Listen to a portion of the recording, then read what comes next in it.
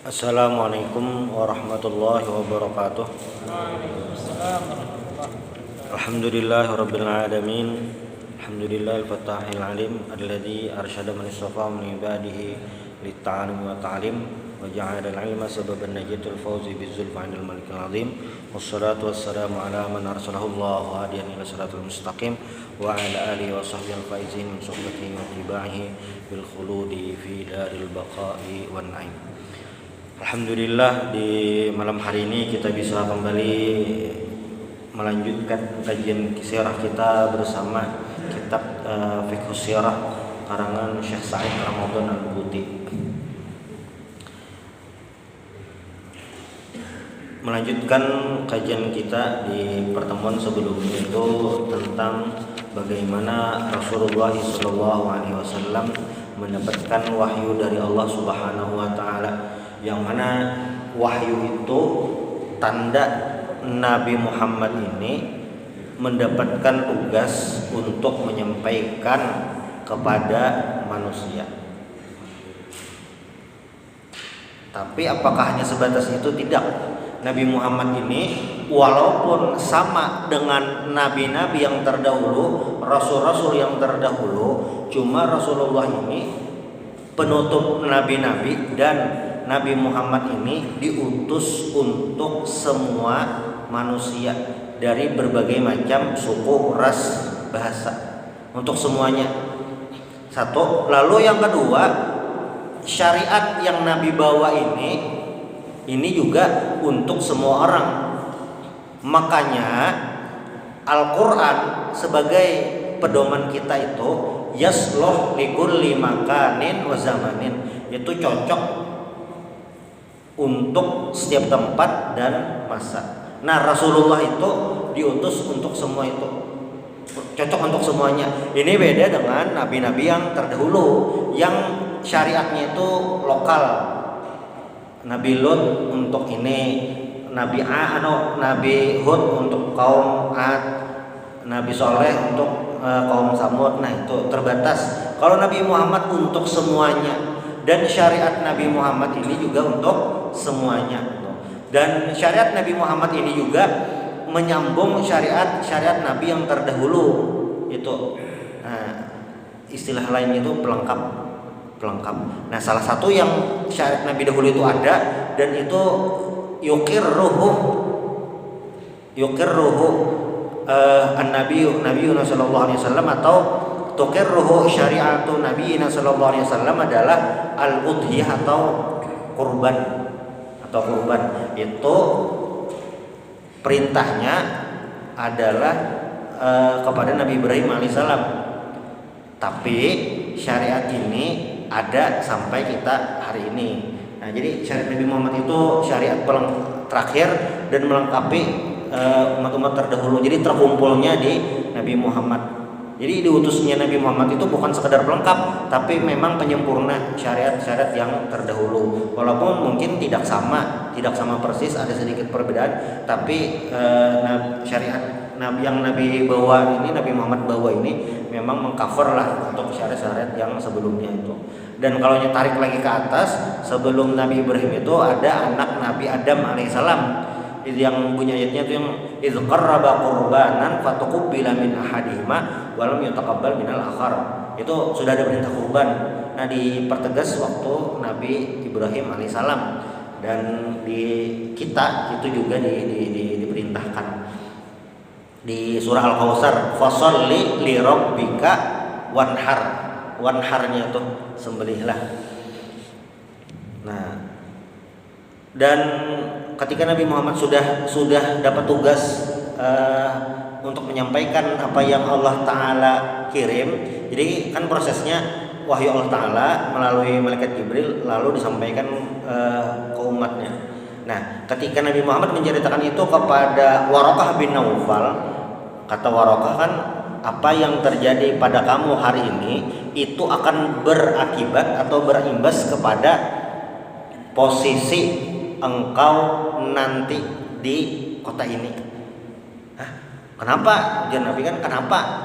Karena ujar Waraqah, apapun yang terjadi, bagaimanapun keadaannya, kalau ada orang yang seperti ini atau jadi nabi dan rasul, pasti akan dimusuhi, diusir. Itu.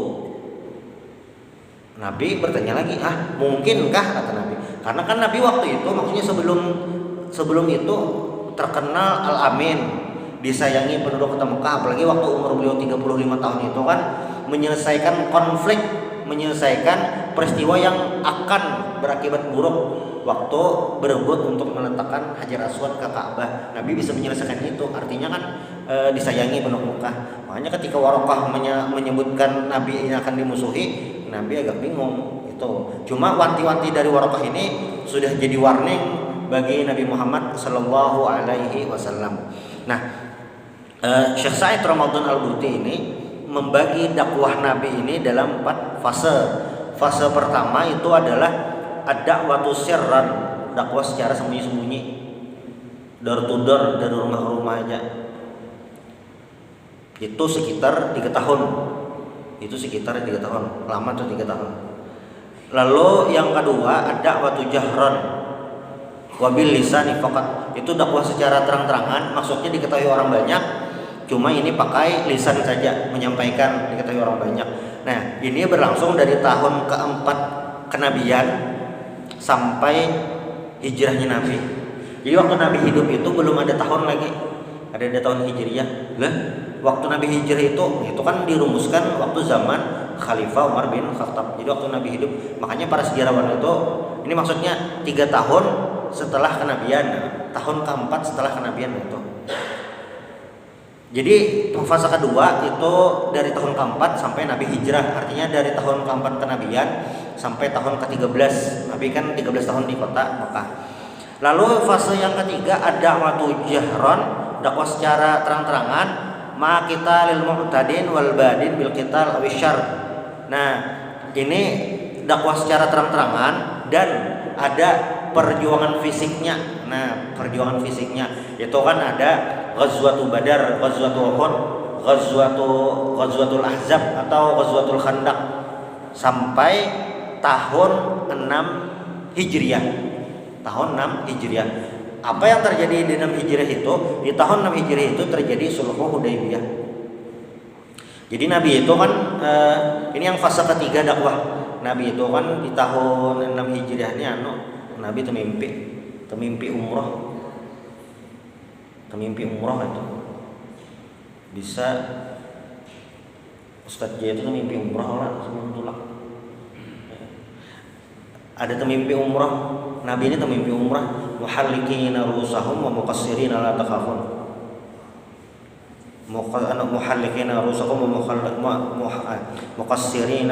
muhallikina rusahum wa muqassirina la takhafun. Temimpi umrah Nabi, lalu Nabi langsung mengajak sahabat untuk berangkat ke Mekah untuk umrah, memang untuk umrah gitu. Nah, tapi sampai di luar kota Mekah, hampir di kota Mekah itu, lalu pas terjadi dialog, ditolak. Nabi ini masuk ke dalam, ditolak itu. Jadi misalnya ada gagal bisa keluar, nah Nabi pernah juga ada gagal bisa umrah. Nah, Nabi ini kada mau umrah tahun 6 Hijriah nih. Yang diutus itu kan Sayyidina Utsman untuk melobi. Asalnya Sayyidina Umar. Kenapa jadi Sayyidina Utsman? Karena Sayyidina Utsman ini dari kabilah Umayyah. Jadi kalau ke Mekah aman lah itu. Itu ditolak dan terjadi perjanjian Sulh Hudaybiyah. Nah, itu tahun 6 Hijriah.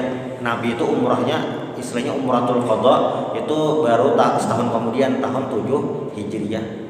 Jadi kalau dihitung-hitung setelah Nabi diangkat itu atau dapat wahyu, Nabi itu umroh 2 kali aja seumur hidup. Satu tahun 7 Hijriah tadi, lalu yang kedua tahun 10 Hijriah pas Nabi naik haji. Dan Nabi itu naik hajinya sekali aja. Dan Nabi itu naik hajinya juga kada langsung, perintahnya tahun 9 Hijriah, Nabi naik haji tahun 10 Hijriah. Nah, jadi dari hijrah Nabi itulah sampai tahun 6 Hijriah atau Sulh Hudaybiyah, itu yang fase ketiga menurut penulis. Lalu fase yang keempat ini berarti fase yang terakhir. Ada waktu jahran ma'a qitali kulli man waqafa fi sabilil da'wah wa imtana'a an dukhul fil Islam ba'da fatratil da'wah wal i'lam minal musyrikin wa ilmul mulahada wal wathaniyin. Berarti ini fase yang terakhir itu. Ini Nabi Muhammad dakwah secara terang-terangan dan menaklukkan daerah-daerah lain yang masih tidak mau menyembah Allah Subhanahu wa taala. Makanya ketika Nabi hampir wafat itu jazirah Arab itu semuanya tunduk terhadap Islam. Itu. Nah, fase pertama ada waktu sirran dulu. Cuma kalau dibagi dua saja, dakwah Nabi itu ada waktu sirran dan ada waktu jahran, itu aja. Dakwah secara sembunyi dan terang-terangan. Itu kalau diringkas cuma terbagi dua. Bada'an Nabi sallallahu alaihi wasallam yastajibu li amrillah fa akhadha yad'u ila ibadihi wahdahu wa nabadzal asnam walakinahu kan yad'u ila dzalika sirran hadaran man waqal mufaja'ah ala quraisyin allati kanat muta'assibatan li syirkiha wa wathaniyatiha. Jadi Nabi itu memulai dakwah ini secara sembunyi-sembunyi agar apa? Tidak diketahui oleh orang-orang Quraisy, kafir-kafir Quraisy, dan agar tidak mengagetkan mereka karena mayoritas penduduk Mekah waktu itu adalah penyembah berhala. Dan yang Nabi sampaikan ini itu memang benar-benar hal baru lah di telinga mereka.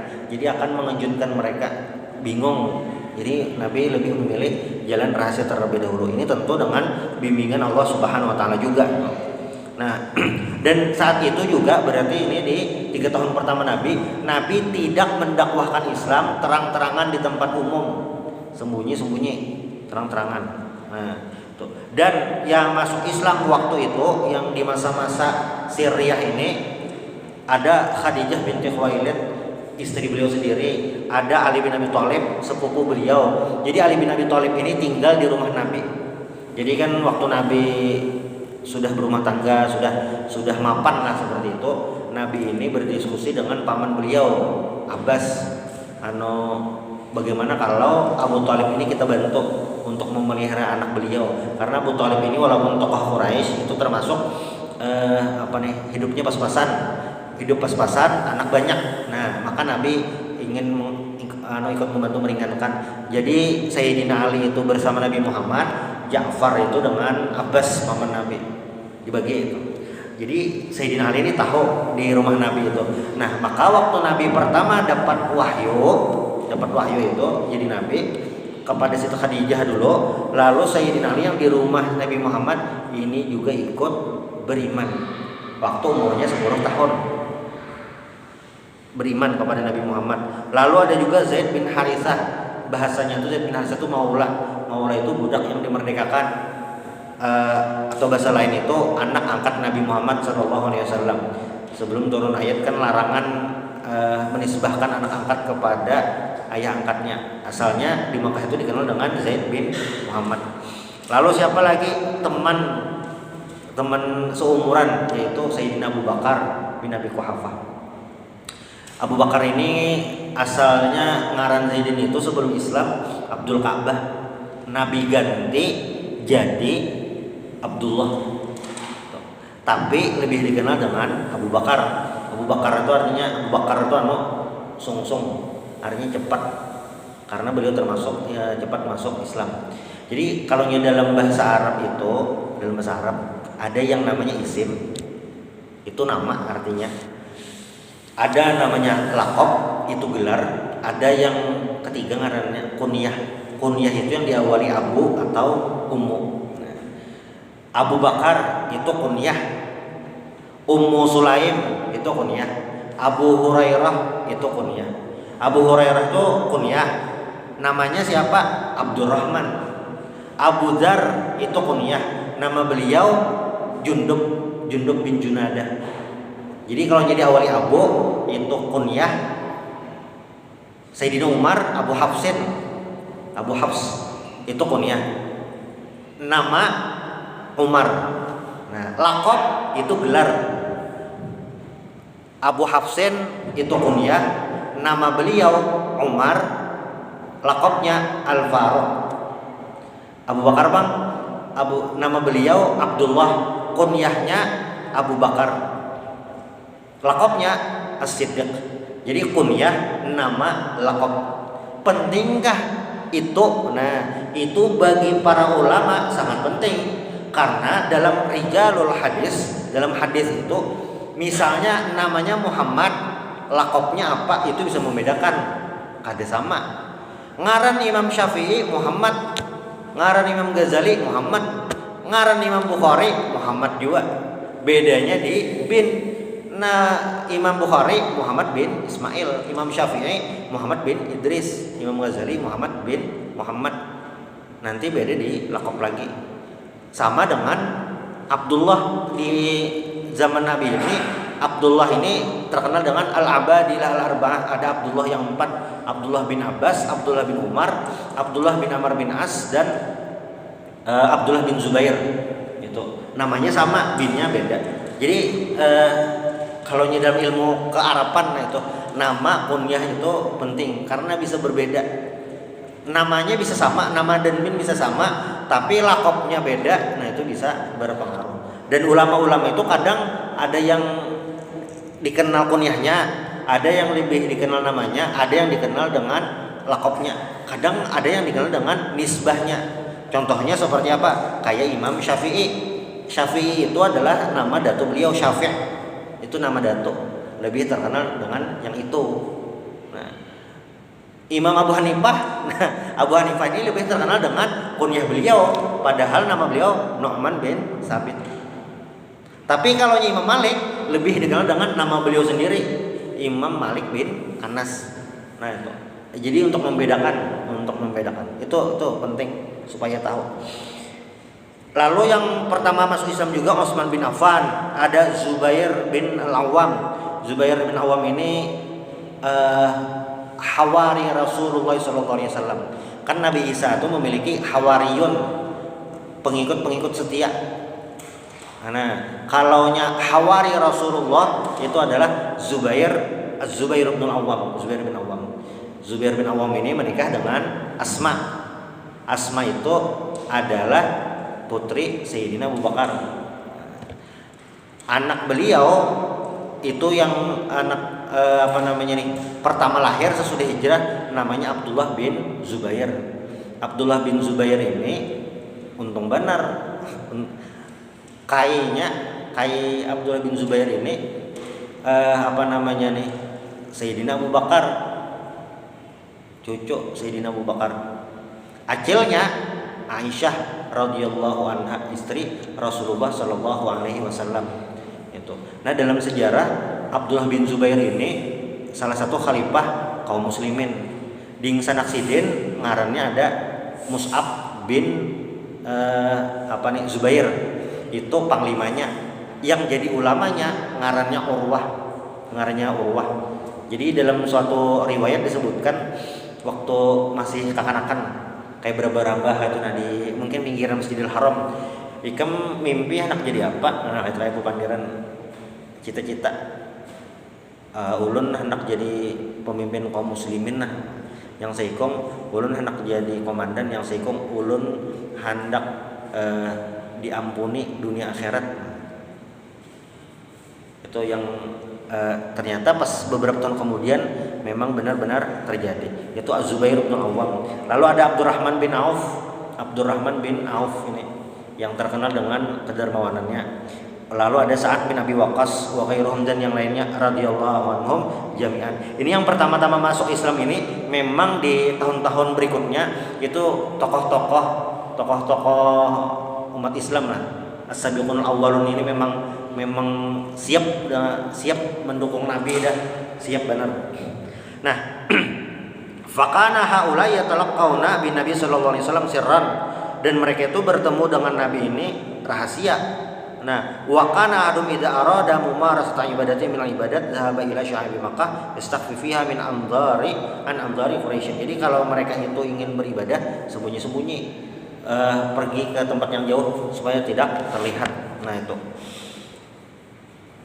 Nah, ketika mereka sudah banyak, orangnya ini sudah banyak, maka mereka memilih tempat Arqam bin Abil Arqam sebagai tempat dakwah, karena di sana tempatnya lebih besar. Dan Arqam bin Abil Arqam ini dari Bani Makhzum. Bani Makhzum itu adalah Bani Abu Jahal. Jadi kalau secara posisi itu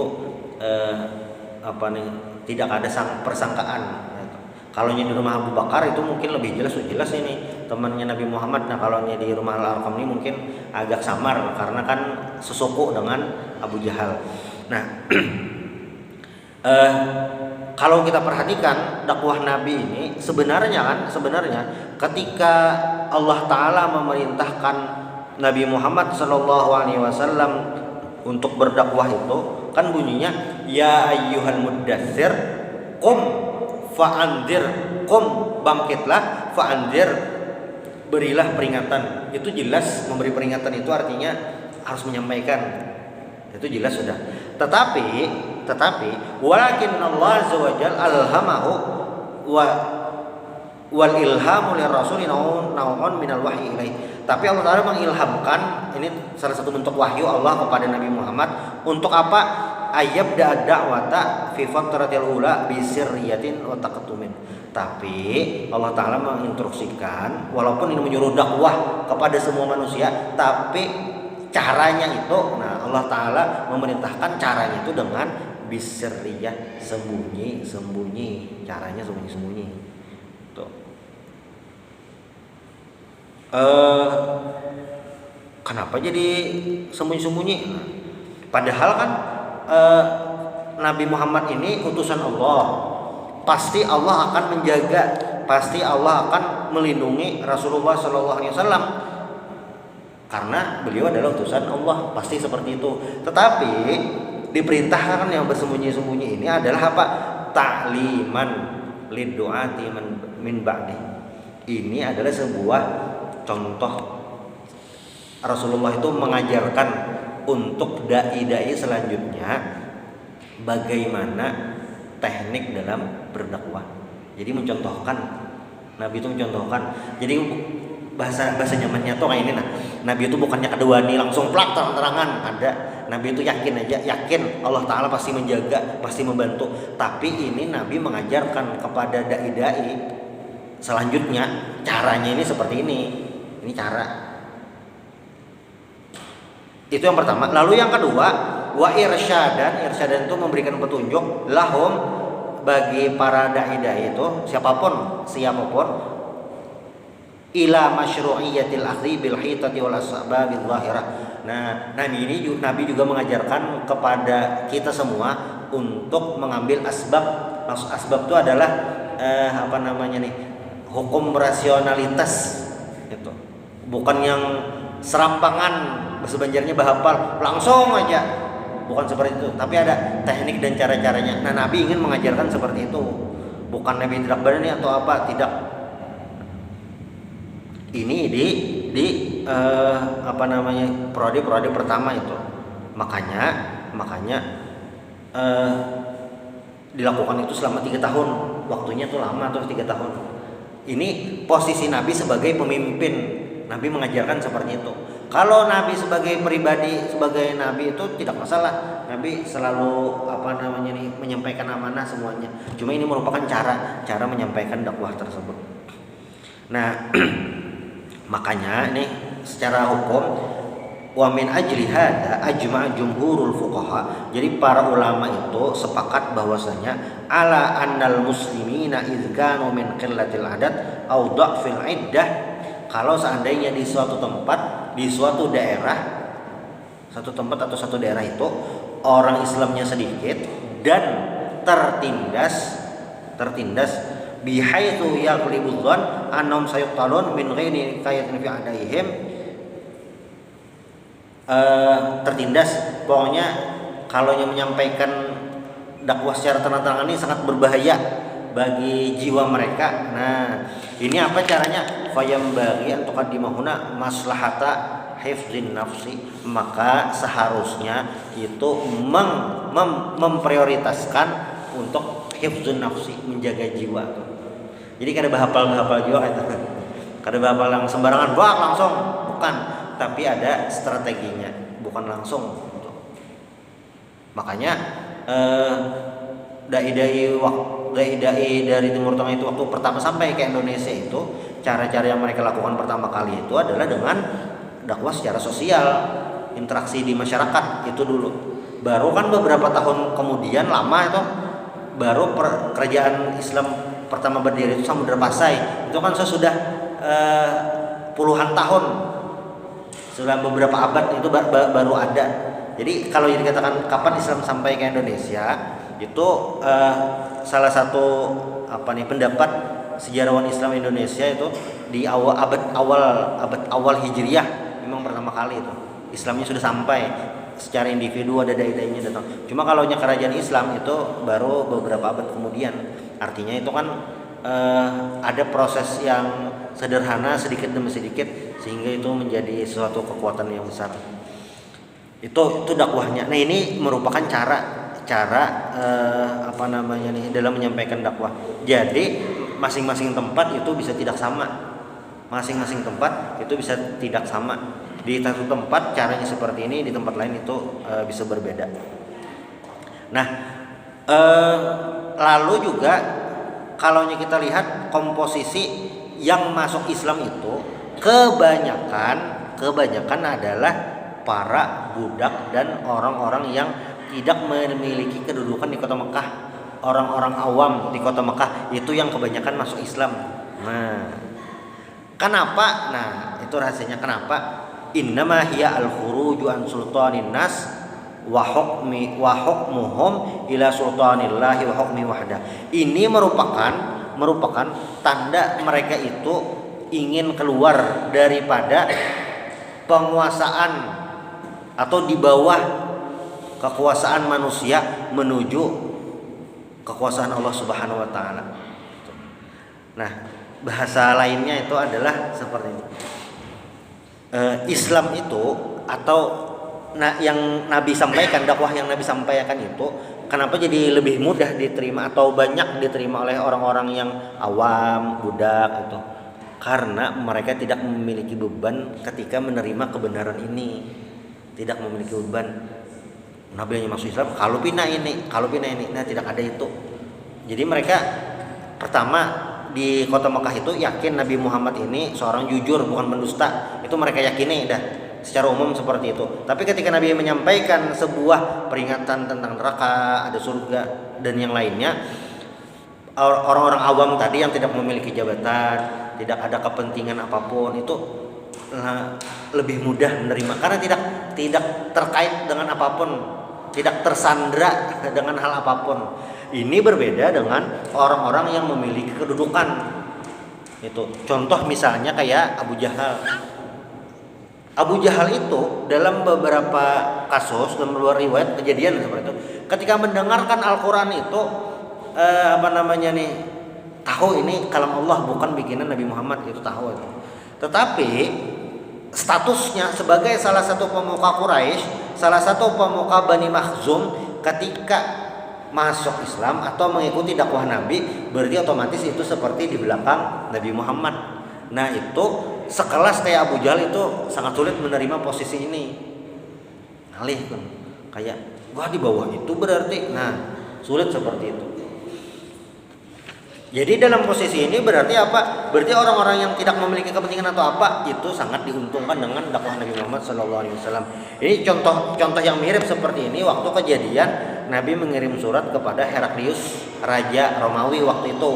Waktu tahun 6 Hijriah tadi, yang setelah Sulhu Hudaybiyah, lagi kirim surat. Heraklius ini tahu ini benar, hampir masuk Islam istilahnya, tetapi karena takut kehilangan jabatan, maka sulit untuk menerima ajakan Nabi Muhammad itu. Cuma utusan Nabi itu diterima dengan baik. Nah itu. Jadi dalam beberapa kasus bisa jadi orang yang lain polos lah, orang yang tidak memiliki apapun itu lebih mudah menerima dibanding orang yang memiliki jabatan, ada kepentingan lah, itu pikir dua kali. Nah kalau pindah ini, nah itu masih banyaknya dipikirkan. Nah dalam kasus ini yang lebih diuntungkan adalah itu. Dan dengan masuknya as-sabiqun awalan itu komposisinya orangnya macam-macam. bukan hanya orang Arab tersendiri, tetapi ada para budak yang itu bukan orang Arab, ada juga yang lain-lain kayak Suhaib Ar-Rumi, Bilal bin Rabah, itu kan bukan orang-orang Arab. Artinya dari awal itu dakwah ini sudah menunjukkan, disampaikan atau ini memang layak atau ajaran ini diperuntukkan untuk semua kalangan, bukan hanya khusus untuk orang-orang Arab saja. Nah, ini yang dakwahnya. Dan yang terakhir sebelum ulun tutup itu adalah dakwah secara jahar. Nah, dakwah secara jahar ini setelah 3 tahun kan, lalu turun ayat ini di surah Al-Hajjar. Jadi surah Al-Muddatsir itu bukan surah untuk Nabi dakwah secara terang-terangan, tapi itu hadis ayat tentang Nabi disuruh berdakwah. Nah, itu surah Al-Muddatsir. Nah, kalau yang disuruh terang-terangan, maksudnya yang di tempat-tempat umum, itu yang surah Al-Hajjar ini, yang fasda' bima tu'mar wa'arid anil musyrikin. Fasda' bima tu'mar wa'arid anil musyrikin. Nah, ayat ini yang menyuruh Nabi dakwah secara terang-terangan di tempat umum, di pasar, di pasar, di tempat-tempat umum lah itu. Kalau nyawa ini tempat umum kan di Siring, di pasar, di Duta Mall, nah mirip-mirip yang seperti itulah. Pokoknya di tempat-tempat umum dengan ayat ini. Nah, ketika Nabi dapat perintah itu langsung Nabi naik di Bukit Sofa, langsung naik nih Nabi ke Bukit Sofa, langsung Nabi memanggil kabilah-kabilah di Mekah, ya Bani Fihr, ya Bani Adi, sampai berkumpul semuanya. Semuanya itu berkumpul. Lalu Nabi memberikan pertanyaan sederhana. Kata Nabi nih, seandainya saya mengabarkan ada sekelompok pasukan berkuda nih, turi dan tughira alaikum akuntum musaddiqiyya. Seandainya aku beritahu nih, di balik bukit ini ada sekelompok pasukan berkuda lah ingin menyerang kita, apakah kalian musaddiqiyya, membenarkan perkataanku? Lalu kata mereka, ma jarabna alaika kadziban, kami tidak pernah mendengar engkau berdusta. Langsung Nabi, nah ini gaya logika sama kayak Nabi Ibrahim alaihissalam mempermainkan logika tadi. Lalu kata Nabi, fa inni nadhirun lakum, aku memberi peringatan kepada kalian, baina yaday azabun syadid. Dia pokoknya di hadapan kalian ini ada azab yang pedih. Langsung hening orang-orang tuh. Oh iya. Ternyata di saat-saat itu paman beliau sendiri, yaitu Abu Lahab, tabban laka sa'iral yaum, celaka engkau wahai Muhammad di seluruh hari ini, alihada jama'tana, hanya karena ini ajakah engkau mengumpulkan kami? Nah, makanya tidak lama setelah itu turun ayat tabbat yada abi lahabi wa tab, turun. Terakhir belum tutup. Jadi surah yang memastikan seseorang itu masuk neraka dan dapat azab itu satu surah, yaitu surah Al-Lahab ini. Khusus suratnya khusus untuk Abu Lahab dan istrinya Ummu Jamil. Ummu Jamil itu namanya Arwa. Ummu Jamil ini khusus, ayat surahnya khusus, namanya khusus. Padahal kalau kita baca track record Abu Lahab itu, sebenarnya nih memiliki hubungan erat dengan Nabi Muhammad. Waktu Nabi Muhammad lahir, Abu Lahab ini termasuk gembira dengan kelahiran Nabi. Caranya dengan apa? Memerdekakan budak. Satu. Waktu waktu Abdul Muthalib mau meninggal, jadi ada 2 kandidat yang diproyeksikan untuk memelihara Nabi. 1 Abu Talib, 2 Abu Lahab. Cuma Abdul Muthalib lebih memilih Abu Talib, bukan Abu Lahab. Cuma paling tidak Abu Lahab ini ada niat untuk memelihara Nabi. Itu 2 momen. Momen yang ketiga, anak Nabi ini perempuan kan ada beberapa orang, ada 4. Ada Zainab. Itu menikah dengan Abul As. Lalu ada Fatimah, itu nanti dengan Sayyidina Ali. Nah, ada Ruqayyah dan Ummu Kalsum. Ruqayyah dan Ummu Kalsum ini kan anak Nabi, dua-duanya menikah dengan 2 orang anak Abu Lahab. Itu. Jadi sebelum Nabi Muhammad diutus, sebelum Nabi Muhammad jadi nabi nih, dapat wahyu, hubungan Nabi Muhammad dengan Abu Lahab itu sangat erat. Ikatan emosionalnya itu mirip kayak Abu Thalib, sangat erat. Tapi ternyata kada tahu nasib, sudah tulisannya di Lauhul Mahfuz, ternyata Abu Lahab inilah yang jadi musuh dalam selimut, duri dalam daging, atau menggunting dalam lipatan. Karena beliaulah salah satu keluarga terdekat Nabi yang memusuhi Nabi. Itu Abu Lahab ini rumahnya dekat dengan Nabi. Rumahnya dekat dengan Nabi, ternyata salah satu yang paling memusuhi Nabi.